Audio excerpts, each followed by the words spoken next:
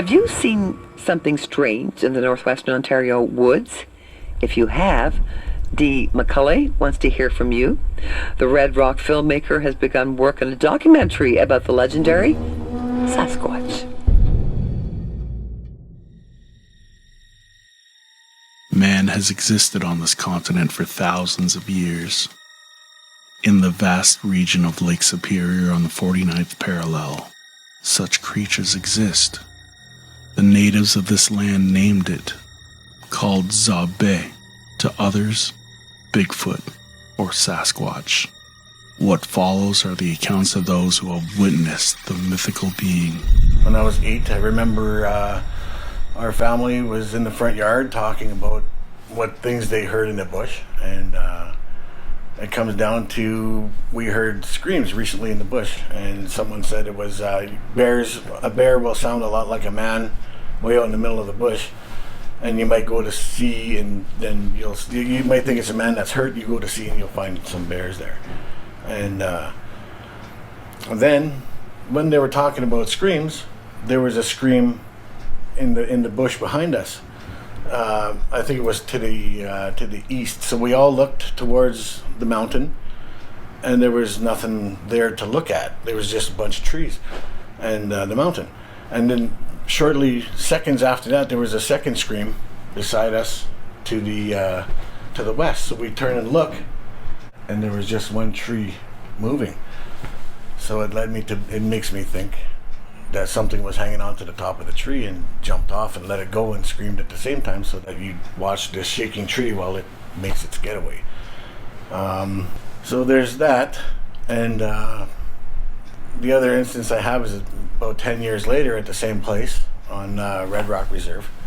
I was up by the mountain, and I was alone, and I threw a rock through the bush, and something threw a rock at me from behind me alongside the mountain. And I'm thinking, what, did my cousin come back? Maybe it was him. After a while, it became apparent there wasn't anybody out there but me. So I'm thinking, what was throwing this rock? Maybe it's a bird dropped something, because blackbirds drop stuff. Then I could hear clack, clack, clack, clack, and then I could hear clack, crunch, crash. You could hear the rocks crumble. I'm right beside the mountain, and I'm thinking, geez, there gotta be someone's playing a good joke on me, so I should go there and see what's going on. So I got my gander up and I went over there. I went to I know sounds in the bush. I'm sure a lot of people who spend a lot of time in the bush, they know where the sound come from. I went to the spot. I couldn't find no broken rocks. In fact, I couldn't find two rocks to click together beside the mountain. I couldn't find two rocks. So I was wondering what was making this noise. I couldn't find any scratches on the side of the mountain. Nothing. I couldn't find nothing. So I got extremely weirded out and scared and concerned for my own safety. So I decided to leave. And on the trail going back out, I encountered trees as big as my finger that were snapped right at my eye height and at my forehead height, that forced me to go under those trees to continue on the trail. And a little bit further down the trail, there was about I would say at least 5 trees as big as my wrist that were pulled up with the roots still intact, and in the way they were jammed in the way on the trail. Okay, the trees, when they were jammed together, were they like were they up against each other, like how you build over fire or something? They weren't sticking into the ground. They were more or less hung up by other sticks and other trees, vines or whatever that could. They were just small trees. They weren't humongous big trees, but one was upside down, and the other ones had their roots ripped out of the ground, but they were almost touching. None of them, in fact, none of them were touching the ground. That's right, none of them were touching the ground. They were all jammed together and hung up by other branches and twigs and stuff in the way. I started to look. You could see fresh dirt on the bottom of the roots, and the roots were white where they got ripped. So I saw the fresh dirt, and I saw the roots that were ripped, and I decided to start looking around for the holes in the bush where those trees were brought there. They weren't ripped in that location. They were brought and jammed there. And that's when I really got a good scare and decided to get home. And the only other thing I have from Red Rock Reserve there is there was a couple guys and myself working up behind St. Sylvester's Church. We were 2 hours up the trail on Skidoo. 2 hours walking, so it's probably 20 minutes on Skidoo. And one of the fellows come up to me and says, was anybody walking back here? And there's nobody. There is nobody there that could walk. Okay, there's no houses back there. There's no people living back. There's nothing back 2 hours behind that church. There's nothing there except a lake and a trail. And he says, come and see, I gotta show you guys something. So we went to where he was working, and you could see there was fresh snow that morning. You could tell he never walked where he was pointing, and there was humongous footprints that were bigger than my work boot, right beside the cedar tree line. Right beside the tree line. I mean, I know dogs, I know deer, I know trails in the bush. Bears even will walk on your trail. This thing didn't walk on the trail. It walked right beside the cedar trees. In fact, it crossed over the trail and didn't step on the trail. It stayed as close to the trees as it possibly could. And it was a big thing, and there, you could see the needles that were on the ground. So it wasn't that long ago that it walked by those trees. And the only thing I have to say is there wasn't a good enough footprint that we could tell which way it was walking, but I know it wasn't where we were working. And once in a while you get the feeling like something was watching. And I'm pretty sure that was like the last week that we were working up there. The question is, do you believe there are creatures behind St. Sylvester's in that area? I think there is at least 2 Sasquatch Bigfoot back there. I think the one when I was 16, I think he was a young Sasquatch or Bigfoot. I think it was a young one that was watching me. The only thing that I've heard about Bigfoot or Sasquatch from a person or a couple of old guys from Rocky Bay or McDermott was that he stinks. He stinks like you'll get a very, very bad smell of feces, I guess, and body odor maybe, but he said it's nothing like a dog, it's nothing like a bear. It's a completely different smell altogether, but I've never encountered a smell like that. Well, okay, there was a man and his daughter who witnessed Bigfoot walk across the road and up into the tree line that was very, very close to McDermott. They were out on the highway.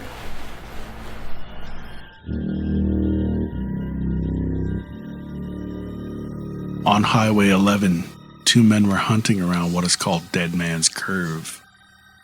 As they trudged through the woods, miles off the highway, they heard snapping in the distance. As one of the hunters raised his rifle and looked through the scope, dead in his sights was something he'd never forget. Whatever it was covered in long, dark hair, but was said to be wearing overalls like that of a mechanic. The hunter watched it until it was out of his view and deep into the woods. Is it possible this was an old-time prospector who wore his clothes so long his hair grew through them? The very same has happened in recent history in these parts. Or was it a Sasquatch? Highway 11 has its stories. About 2006 to 2008, I don't remember the year exactly. It was 10 years ago at least. Heading up to Long Lac to work in the lumber mill. I was working for a computer company that contracted to them to do all their IT stuff. So I was just had my laptop, heading up to go to work, regular, like it was like a Tuesday or something, It was about 6 a.m. I had to leave early to get to the mill to start my work day at 8, so it was really early in the morning. And it was January, February, middle of winter, minus 30. I remember the weather specifically because my my car like barely started. I was like, man, I gotta get to Long Lac. Like, this thing better go. So, and that car didn't have good heat at the time, so I remember that too. It took forever just for the car to warm up. So it was like a bitterly cold day. I was driving, like I said, maybe like 40 minutes from the turnoff at Nipigon up to Highway 11, so deep in the bush. I don't remember if it was like before or after Beardmore. That I can't remember, but it was deep in the northern bush, somewhere where there's no logging roads, there's no access highways up north, there's no driveways, there's no camps, there's just nothing. It's just bush. It was, like I said, early in the morning. I'm listening to music, just chilling, drinking my coffee, trying to stay awake. And, I'm driving, and I just glanced in my rearview mirror. And in the tree line along the side of the highway, so like not on the highway, but just out of the tree line, I saw what appeared to be a tall, like I would describe it as a shadow, just a tall black figure step out of the tree line, just hang out for like a second, and just turn around and walk back into the bush. And, I didn't see it directly. I didn't have a line of sight, so I couldn't say how tall it was. But from the distance it seemed really tall. And it was just a shadow. It was just head to toe black. So, people don't dress like that, or not normally. And, like, I hadn't even passed a car, let alone seen a parked car for a good 20 minutes. Didn't see one for 20 minutes the other direction. And, like I said, there was no roads, no driveways, nothing. So, just the middle of nowhere. A shadow steps out of the bush. So not even on the road, just enough to, distinguish itself from the trees. So it was just a shadow. Like, that was that. In the 1980s, two hunters were hunting deer at Trout Lake. Both had a lot of experience in the woods, but this day something was different. As they neared the lake, they heard a wildly loud scream. So loud and strange it had left the hunters scared out of their wits. One turned to the other, cocking the rifle bolt, saying, "Let's get the hell out of here." The two fled home. It was back in about 1982, back in Long Lac, Ontario. I went out with my dad and my uncle, and we went out to Camp 43, where just maybe about 12 kilometers outside of Long Lac. And so we went out with my uncle's truck. And we got there, and he was getting some of the soft yellow sand for his home. And while they were loading it up, and I was about 15 years old then, and then I was looking around and I seen these tracks, and I looked at them and I was shocked because they were like 12 to 14 inches long at least. And I looked at them and I remember telling my dad and my uncle, I said, "Look at these tracks. These are the same ones that were on TV, the Sasquatch." And so they kept working, putting the sand into the truck. And then I followed the tracks, and you can see the depressions in that soft sand, like anything, like even your sneakers. And I kept following, and I came to a little road, and I walked over the road, and on the other side of the road, I looked to see where the tracks went, and it was a very open bush area. It was all jack pines and open rock faces, and I looked down and I seen the depression in the moss. It must have been pushed down at least 10-12 inches deep. That's all. And the size of the footprints were the same as what they were on the sand, where I couldn't. So I followed the tracks, were 1, 2, just like a person walking, but they were so depressed into the moss, it was freaky. So I kept walking, and then I looked behind and I said, "Man, I'm about 200 feet from the road. I better head back." And that's when I headed back, and went to tell Dad and my uncle that I followed these into the bush, and then I stopped because I was too scared to go any further. And so that's my story with Bigfoot or Sasquatch. As the powwows of native culture make their way around the lake from reservation to reservation, it is said Sasquatch is drawn to it, following each to the next, to the pounding of the drum and the native song.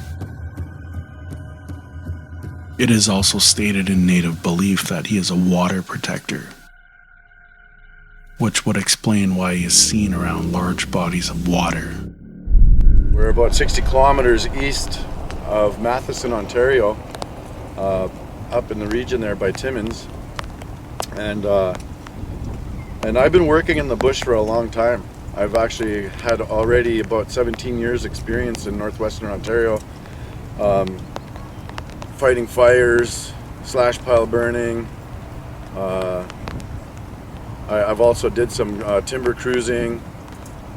So I've been working in the bush, and I considered myself experienced at the time because I've seen everything. I've even seen cougar, caribou, you name it. So to me, the Bigfoot was always just a west coast myth. It was never anything that crossed my mind. So when we were working that day, when the event started, it was easy for me to justify what was going on in my mind. So we worked in the plot and we aged trees in a circumference area that we had measured out, and we measured their diameter using a little tape. So we were in there for over an hour. We finished measuring up the trees, and then I went out and I did some test trees. I spray painted the test trees. I got down and I was using an increment borer to age the tree, and I was pulling out the core, and I did one. I did hear a little bit of noise coming from this direction from the way I was standing. There was a little bit of noise over there. Didn't bother me, kept working. My partner came up, and then he took the tool. He started aging the last tree, test tree 3. At that point, then we started hearing like a rotten tree just getting ripped open, eh? So to me, that's like a bear rummaging. He's eating insects and whatever. So we even took a look, man. We didn't see nothing. But I did kind of get nervous because the sound was really close. I would have said maybe it sounded like it was within 30 feet of us. I said, I'm gonna go get the can of bear spray. So he was like, all right. So I walked back to the center of the plot, and I just grabbed my vest, put my vest on. I came back and I said, is it still over there? And he says, actually, you could hear it kind of walk around. It's over here. So I'm listening there, letting him finish up. I'm listening, and you could actually hear like, something's walking back over there. And I said, oh, it's going away. I said, nothing to worry about. So we went back to the center of our plot. We measured off a distance so that we could have a record of where we took our soil sample. And we used an auger. We got that auger down on the ground. We pulled the soil out. And then my partner's down on the ground again, because I don't know how to test soils. That guy's the pro, and I'm just a lead hand, or I'm actually just a helper, eh? So he's there, and he's doing the soil test, and I'm standing there, and I got like an aluminum clipboard, and I'm taking all his notes, and all of a sudden you hear, and I look up, and this huge freaking tree root just comes flying at us, eh? And so, anyways, it comes flying at us. It lands on the ground, and it hits the ground hard enough where I got debris, I'm brushing off, and my partner's standing up, and I go, what the f***, like, it was a big chunk of root, boomerang shape, and it was dark and wet, so it was kind of, you could tell this thing was just ripped from the ground somewhere. So it left a lot of questions in our heads right there, eh? Like, what the f*** through that? And through the canopy like that. So anyways, I was still like looking there. Then I seen another stick coming. And it was coming right at me, man. I moved, I kind of moved back, and this stick comes down, and I go, that's somebody. That's somebody that's doing that. So, and we did have another crew, but they were not near us. They're up in Cochrane. And we knew that. But I still yelled out. I was like, Ryan! I go, but that's somebody. So I went running over there. I just went freaking bush crashing because I seen the trajectory, right?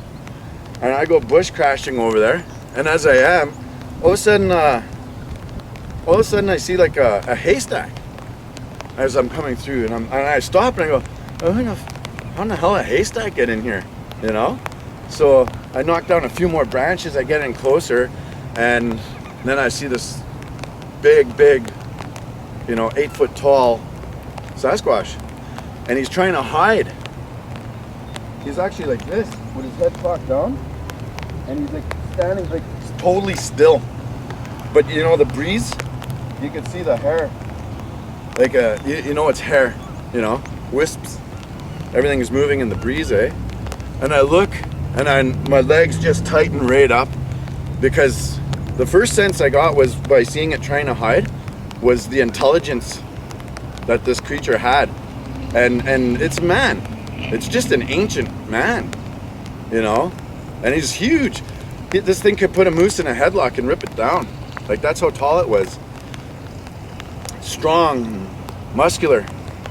So I lost my breath, my legs tighten up, and then I'm like, okay, I gotta look away, because if it's trying to hide and it turns and sees that I'm seeing it, it's not gonna be happy, because its cover is blown. So at that moment, I stopped looking, and then I started to back off, and I'm trying to be quiet, and I turn around, and I start walking back to my partner, and I stop, and I go, I want to go take another look, I want to go look at it again, but I'm scared, man. My heart's just thumping too, like, you could hear my heartbeat in my ears, eh?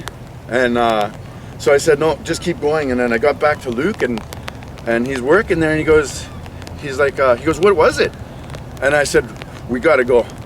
And he goes, all right, I said, we got to get out of here now. I said, so we gathered up our tools, and I didn't want to tell him, because we were like 700 meters in the bush. I didn't want to tell him because I was scared that I might scare him, and he's the only guy with the GPS to get us back to the truck, right? So I was just like, everything is going through my mind, man. Like, man, I saw Bigfoot. I saw him. He's real. He's out there.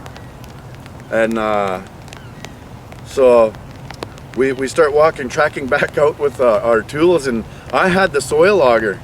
And we get back out to the truck, and we're doing a little inventory there, because we're gonna have something to eat. I'm excited. I just saw like the craziest thing on the planet, and he's puzzled, like, what the hell did you see? And I'm not telling him. And I'm at the point now where I'm not ever gonna tell my partner. I don't want to be crazy. And and then we're doing a little inventory there, and he goes, where's the soil auger? And I go, I had it here. I go, I don't have the soil. I said, you're coming back in there with me, man. There's no way I'm going back in there alone, So he's like, all right, I'll come back in there with you. But luckily, we started walking back in, and like the little red oysters, the dogwood tag alder, it was hanging on that. So we didn't have to go back in, man. And I was like big time relieved. I made a decision in my head that I'm done working in the bush. There's a reason I got chased out of there. And I did continue to work that year, right up until that contract was done. And I was only helping for that contract company. So after that, I started working in the city. I was done. It took me a few years to go back camping. I think it took 2 years, I guess, for me to go back out camping and all that kind of stuff. And then I started learning the Anishinaabeg teachings on Bigfoot. Here we know him, his Musabe. We have songs. It was a relief. I could talk about it because I wasn't stupid. I wasn't insane. I wasn't, I wasn't crazy. This is a being that our people always knew about, and that he was always been there. They have always been here. The ancients passed down the belief that they are spirit and can appear and disappear at will. This occurrence happened September 17, 2012 in McDermott or Rocky Bay, Ontario. I was on my way to shoot Dark History episode 2, the McDermott train tunnel episode, and it was raining that day, it was foggy, it was cool, but the rain had stopped and the fog was clearing, and I remember pulling into where the train tunnel was, and I got out and grabbed my camera and any other equipment I was going to use for the day. I started walking down towards the tunnel, and I'm looking at the size of it because this is my first time being there. It's like 25 feet tall, this thing, at least 25 feet tall. And 1,000-foot long tunnel carved through the rocks. And I was just amazed. And I'm looking down the tunnel, and to my amazement, I see this Sasquatch. It starts out on the right-hand side of the tunnel, goes to and you can clearly see it's walking from right to left. And I remember the odd thing too was that it was white, or just off-white, the color of it. It was really weird. And I remember thinking too, geez, I'm here to shoot ghosts. That's amazing. And I'm seeing a Sasquatch, so I'm pulling out the camera, trying to get it going as fast as I can. So the fastest thing I can do is hit the photo button. So I open it up and hit the photo button, and everything's fogged up because it was cool. And I managed to take a photo, but I just missed it by at least a second. So I have a photo of a tunnel. I don't have the Sasquatch walking by. But I remember I asked my friend about it too. It was like, why was this thing white? Because it reminded me of the Wampa ice monster on Empire Strikes Back. He says he believes it was changing its fur or its coat for the season, like other wild animals do.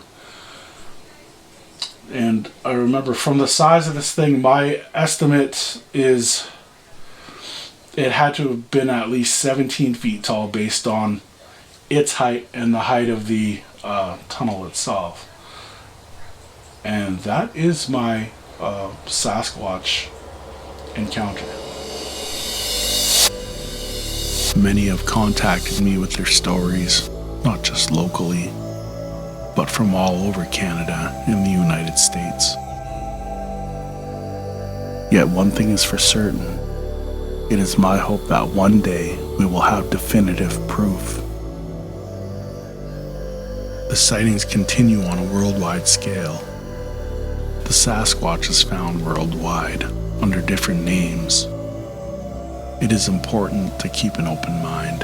As human beings, we can never know everything. Some mysteries exist. Some mysteries are revealed. Some mysteries will forever remain. Lake Superior and the forests surrounding it, in particular the land of the Nipigon, has its share of mystery. Deep within these woods something does dwell, whether spirit or creature, man or beast. Its myth draws in those who seek the story. As for Lake Superior and its tributaries, something's out here.